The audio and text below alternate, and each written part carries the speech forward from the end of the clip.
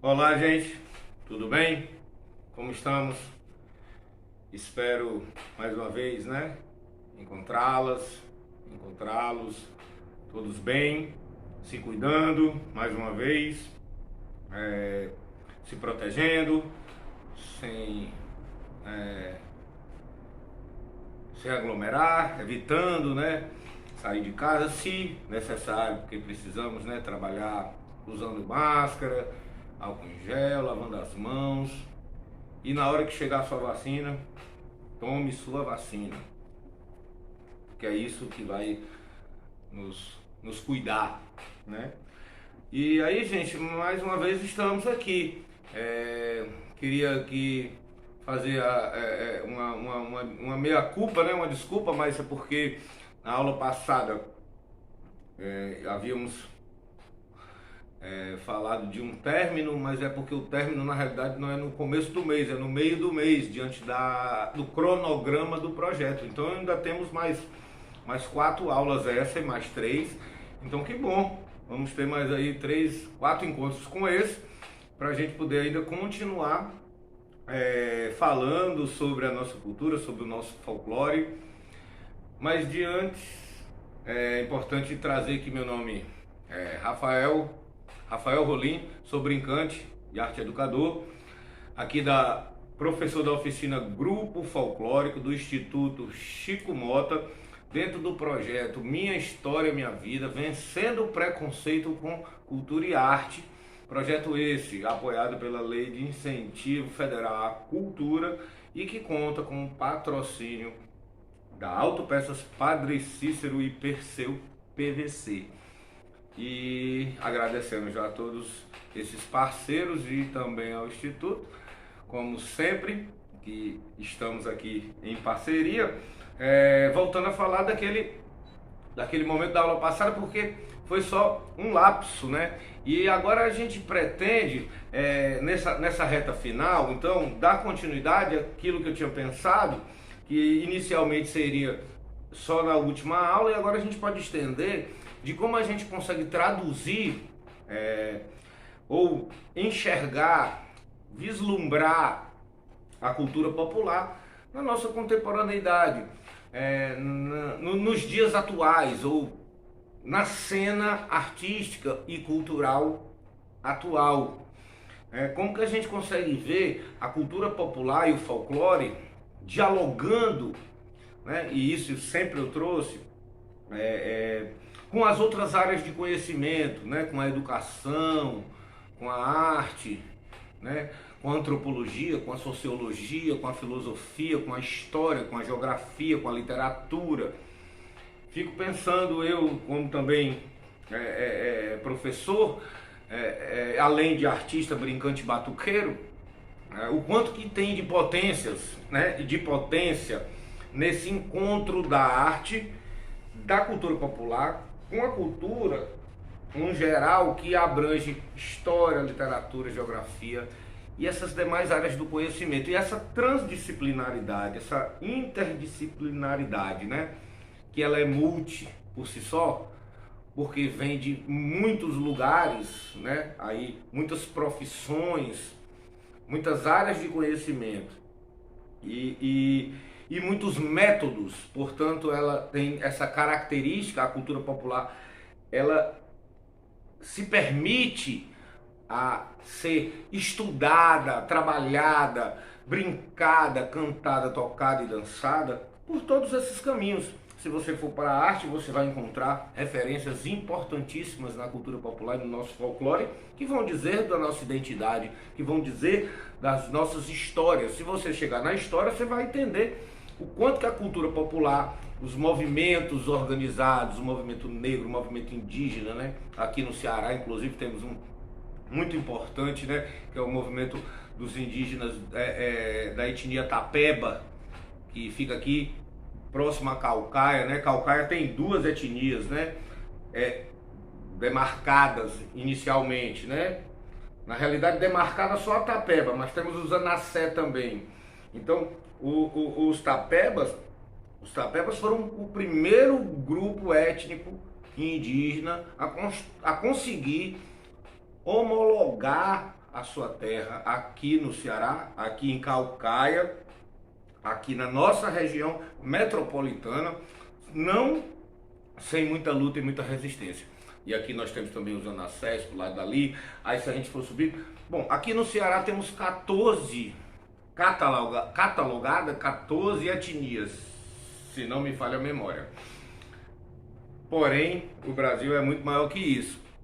Pensando, né, nesses trânsitos, nessas conversas entre essas áreas de conhecimento, de saber, de experiências e vivências, aí eu venho para essa reta final, agora não mais o último encontro, mas a reta final, acho que seria interessante, cheio de curvas e sinuosidades, como os rios, né?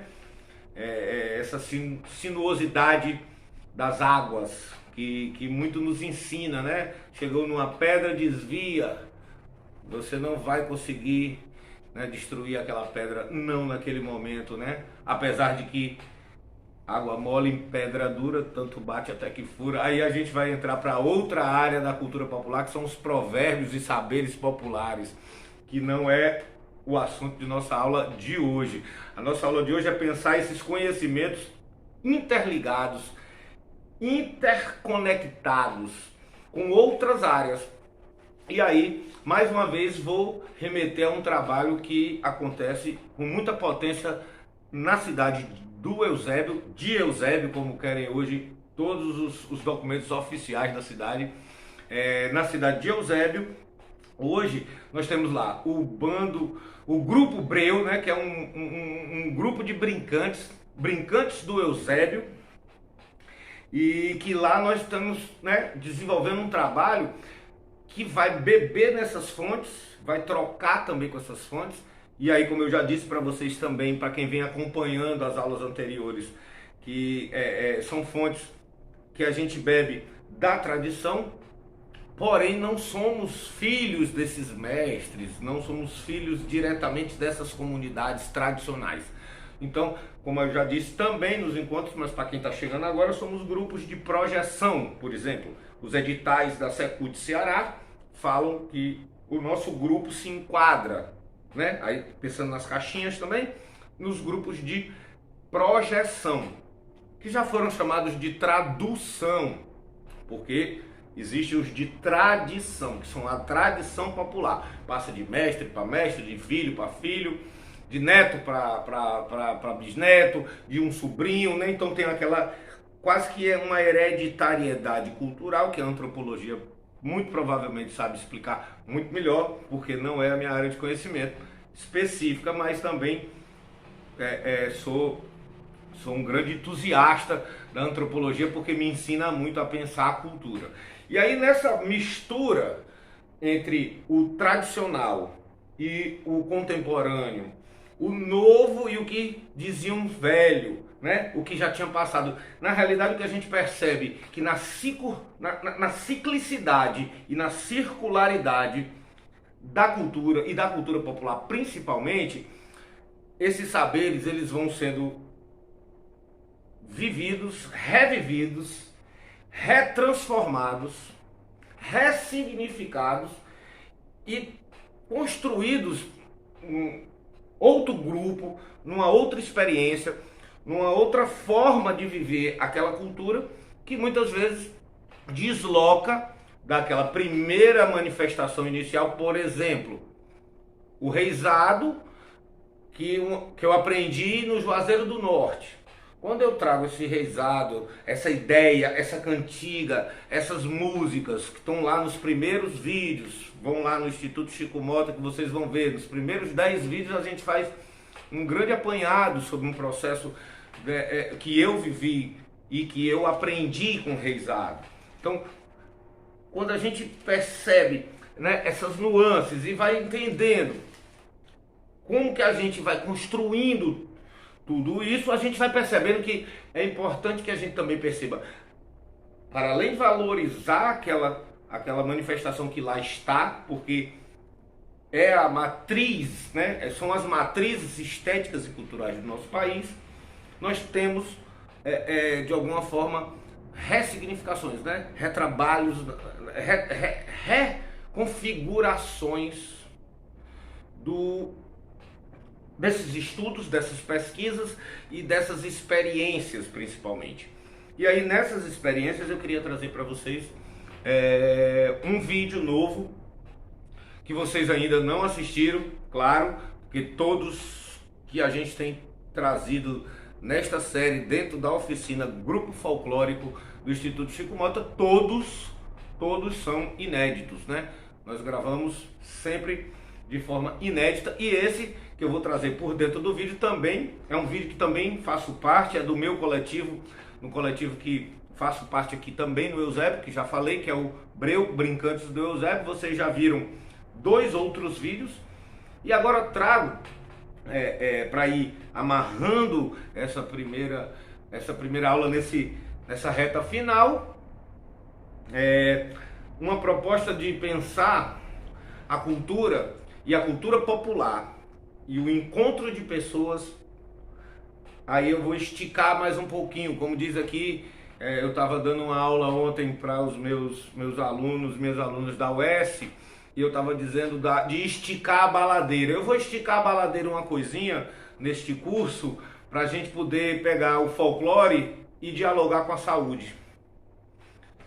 Porque você pegar todo esse universo que eu falei de arte, cultura, história, ciência, antropologia, literatura, música, dança, teatro, e se você consegue, né, se a nossa sociedade se permite a transformar isso, brincar isso e dialogar com essa temática, com essas informações e com essas referências estéticas, e levar isso em diálogo com a saúde, e aí não só a saúde doença, porque aí quando a gente muitas vezes fala em saúde, a gente fala de saúde e doença, porque eu sei que aqui não é uma oficina na área da saúde, é uma área da cultura, né? Então, às vezes a gente pensa a saúde como doença, mas saúde enquanto um lugar de bem-estar. Está lá na Constituição, está lá na nossa Constituição Federal. Esse projeto é apoiado pela Lei Federal de Incentivo à Cultura. A Lei Federal de Incentivo à Cultura, ela tem que obedecer à Constituição. E na nossa Constituição está dizendo que saúde é bem-estar. E cultura, dançar, brincar, cantar, viver, né? Se relacionar enquanto ser social é de extrema necessidade. E isso tem tudo a ver com a saúde. E aí faço mais uma provocação aqui e brincando com vocês, para que a gente pense essas relações, essas inter-relações, e aí não só mais entre as disciplinas, entre as áreas de conhecimento, mas como a gente pode pegar tudo isso, o coco, o reizado, a ciranda, quanto essas manifestações populares mexem, transformam o cotidiano das comunidades onde elas existem, onde elas nasceram, onde elas se apresentam. Então, toda vez que você vê uma brincadeira acontecendo num território, saiba que aquele território está vivo. E quando você fala de vida, você não fala só de cultura, de arte, de teatro, de folclore. Você fala de saúde. Nunca antes a palavra vida esteve tão atrelada e tão respeitada, talvez, né? Principalmente nesses últimos meses aí, anos, 2 talvez, essa palavra foi tão valorizada. Infelizmente, né? Infelizmente, pelo número de mortes. E a cultura, e a música, o teatro, a dança, o artesanato, a artesania, a pintura, a dança, que são inspirados completamente, que é uma palavra que eu tenho trazido muito pouco aqui, numa ideia de ecos que chama de ecossistema, de ecologia. Uma ecologia é um estudo de um ecossistema, é um estudo de um determinado espaço geográfico, tempo histórico, que ali tem bichos, pessoas, árvores, rios, montanhas, pedras, lagos, né? Como aquilo se constituiu, aquilo também tem uma história. A arte também tem uma história. A cultura também tem uma história. E aí, nessa brincadeira entre ciranda, reizado, coco, que a gente vem trabalhando, bandas cabaçais, teatro, música e dança, eu vou trazer para vocês agora um vídeo que vocês vão certamente ficarem no mínimo curiosos por conta do produto final que surgiu.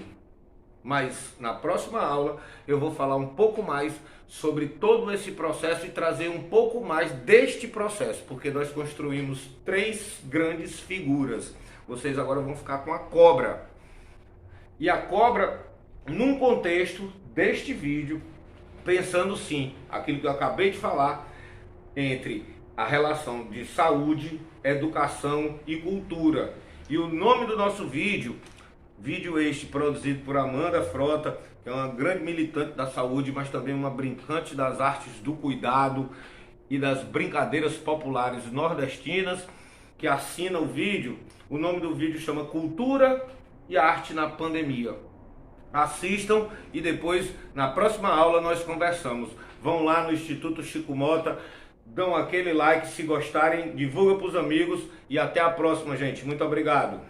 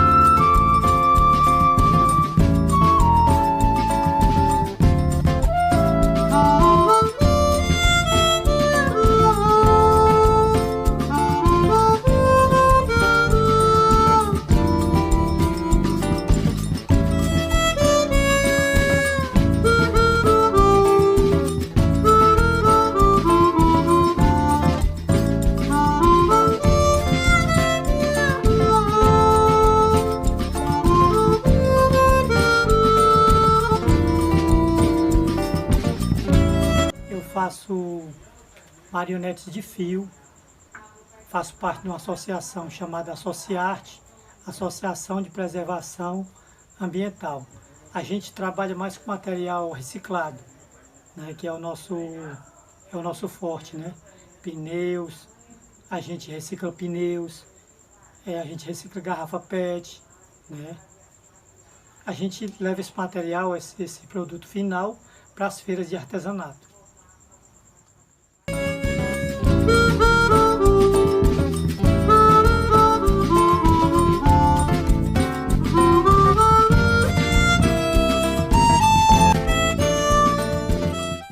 Quando eu era criança, a gente não tinha muito recurso. Meu pai era vaqueiro numa fazenda e 6 filhos, né, para dar de comer, então não tinha dinheiro para comprar brinquedo. Então eu inventava os meus próprios brinquedos, com toco, pedaço de toco, era sabugo de milho, pedaço de cerâmica, tudo era meus brinquedos, minhas bonecas.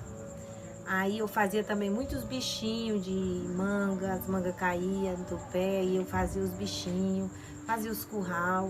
Aí quando eu completei 8 anos de idade, o meu pai me trouxe uma marionete de fio.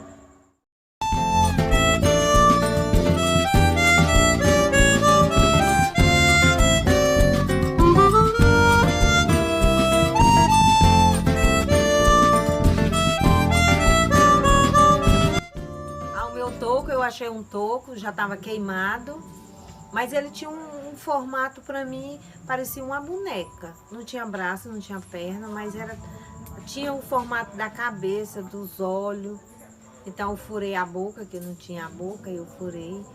E era um encanto o meu toco. Mas como a minha mãe cozinhava no fogo a lenha, aí acabou a lenha, aí minha mãe acabou cozinhando feijão com o meu toco. Eu chorei tanto. Aí eu acho que por causa disso que hoje eu trabalho com madeira, transformando a madeira em brinquedo.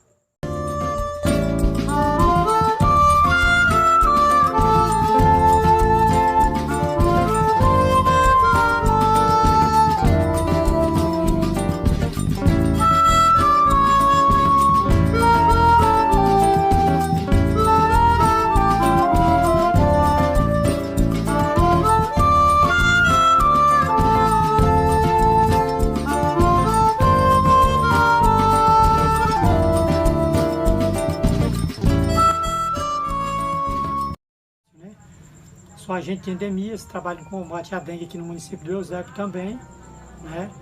E assim, o que mais me despertou no artesanato foi que eu fui uma vez para uma feira com meus filhos, né?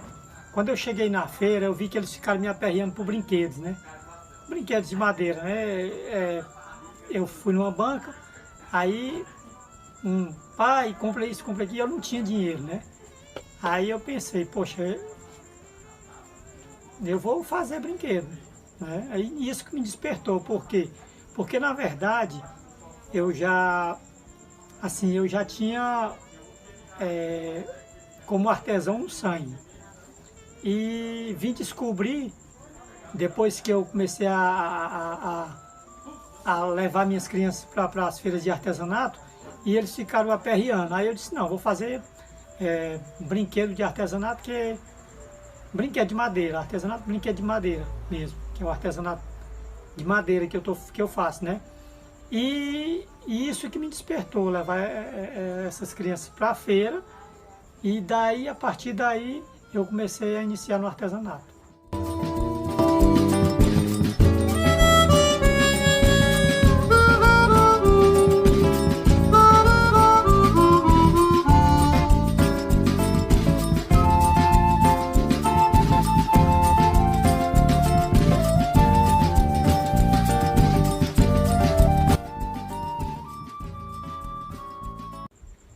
Cultura é tudo isso.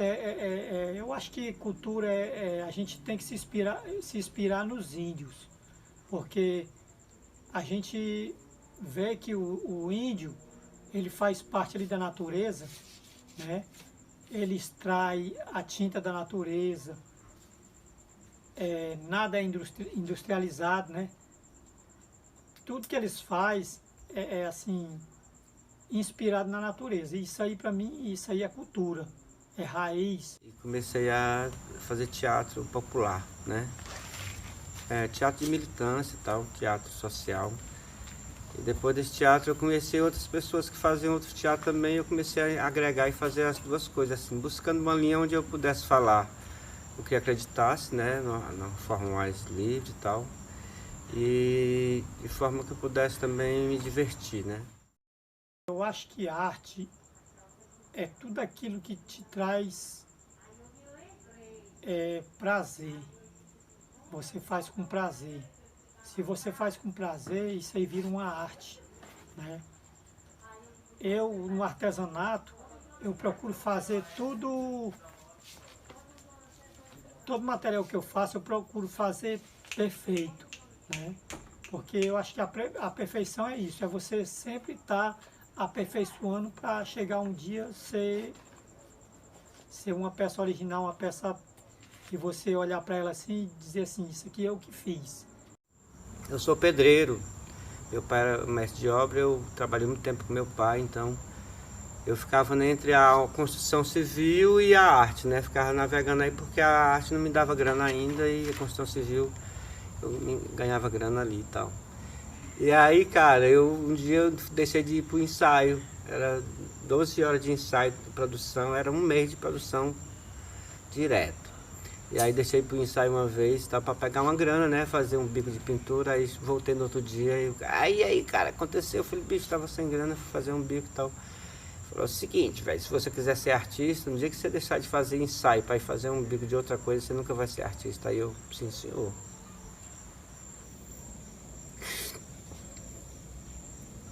Esse cara é o diretor e o dono do texto que eu brinco hoje.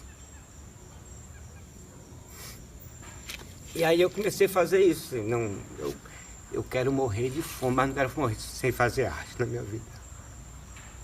Eu não vou me render.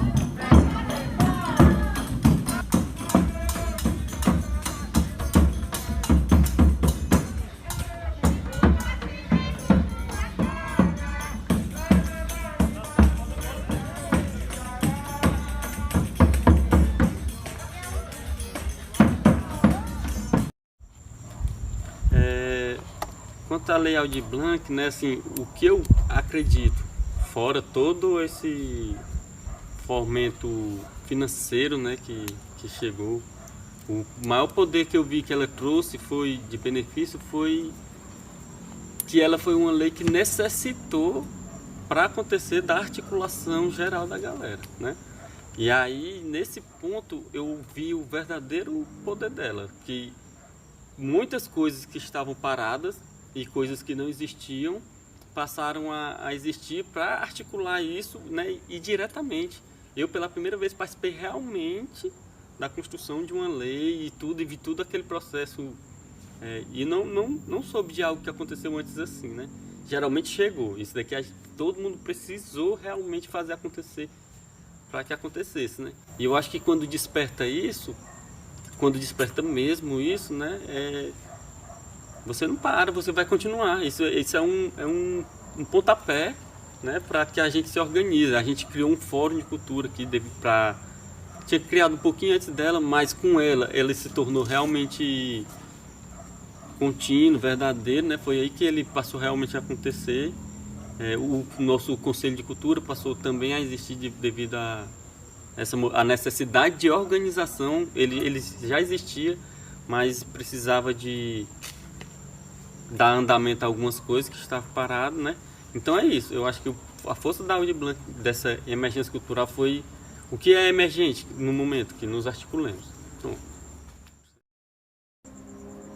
Bom, eu não sei até onde vai chegar esse vídeo, né? Mas eu queria repassar a minha fala para os nossos governantes, que a gente tem que ter apoio, né? Porque a gente é pequeno, mas assim, a vontade de criar, de fazer é grande, e a gente tem muitas restrições, né? Porque quem está lá em cima não deixa quem está embaixo crescer, né? Então, isso aí é para despertar esses nossos governantes para apoiar mais essa cultura do Brasil, né? Essa coisa da raiz, né? Para ter mais apoio.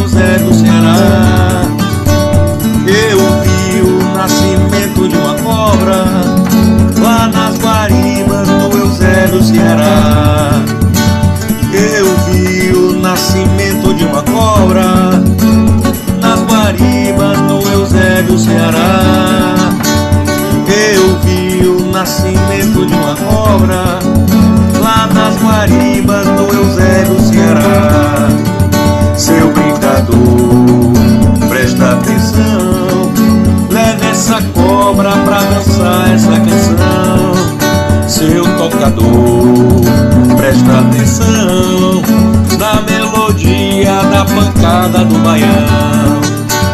Eu vim pro nascimento de uma cobra nas Guaribas do Eusébio, Ceará.